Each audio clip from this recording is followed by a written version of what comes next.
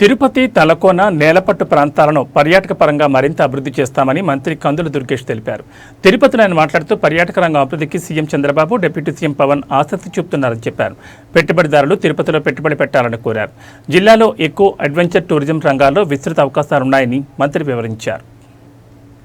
పవన్ కళ్యాణ్ గారు ఆంధ్రప్రదేశ్ రాష్ట్ర పర్యాటక రంగానికి ఇచ్చినటువంటి వెసులుబాటు కానివ్వండి, ప్రోత్సాహం కానివ్వండి, ముఖ్యంగా ముఖ్యమంత్రి చంద్రబాబు నాయుడు గారు అధికారంలోకి వచ్చిన వెంటనే ప్రకటించినటువంటి నూతన పర్యాటక పాలసీ 2024-29, అదేవిధంగా పర్యాటక రంగానికి పరిశ్రమ హోదా కల్పించడం, ఈ అంశాల వల్ల ఆంధ్రప్రదేశ్ రాష్ట్రంలో ఇవాళ పర్యాటక రంగం పరుగులు తొడుతున్నటువంటి సందర్భాన్ని మనం గుర్తించాం.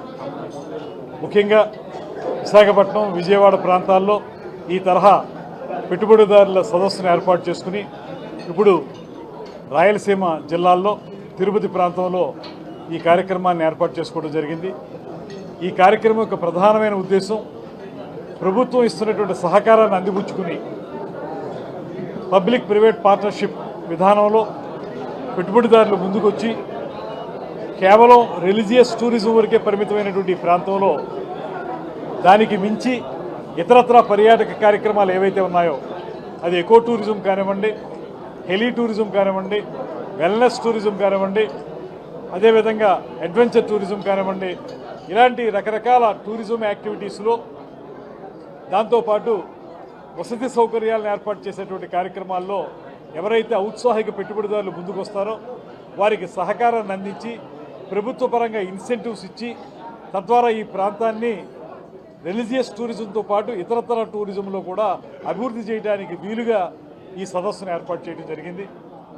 తక్కువ సమయంలో సమాచారం ఇచ్చినప్పటికీ కూడా పెద్ద ఎత్తున పెట్టుబడిదారులు కానివ్వండి, ఇతరతర ఔత్సాహికులు కానీ రావడం జరిగింది. వీరందరికీ ఒకటే చెప్తున్నాం, ప్రభుత్వం పూర్తి స్థాయిలో మీకు సహకరించడానికి సిద్ధంగా ఉంది. మీరు పెట్టుబడితో ముందుకు రండి.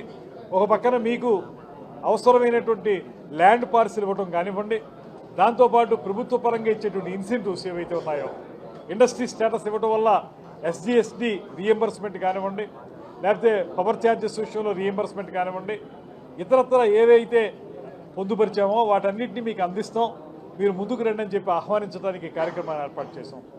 ఇందులో భాగంగా ఇవాళకే మేము రమారమి 12,000 కోట్ల రూపాయల పెట్టుబడులు మొన్న విజయవాడలో జరిగినటువంటి సదస్సులో పెట్టుబడిదారులు ముందుకు వచ్చారు. వారందరితో ఎంఓయూలు చేసుకున్నాం.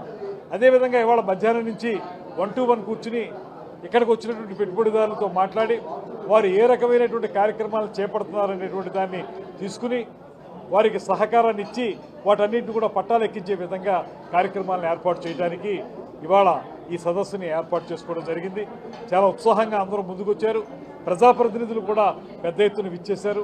అందరం కలిసి అధికారులు, ప్రజాప్రతినిధులు, పెట్టుబడిదారులు అందరం కలిసి ఈ ప్రాంతాన్ని కేవలం రిలీజియస్ టూరిజం వరకు పరిమితం కాకుండా ఇతరత్ర ఏవైతే ఉన్నాయో మనకి వాటన్నిటినీ కూడా డెవలప్ చేయడానికి ముందుకు వెళ్దామనేటువంటి మాటని వాళ్ళు తెలియజేస్తూ ఉన్నాం.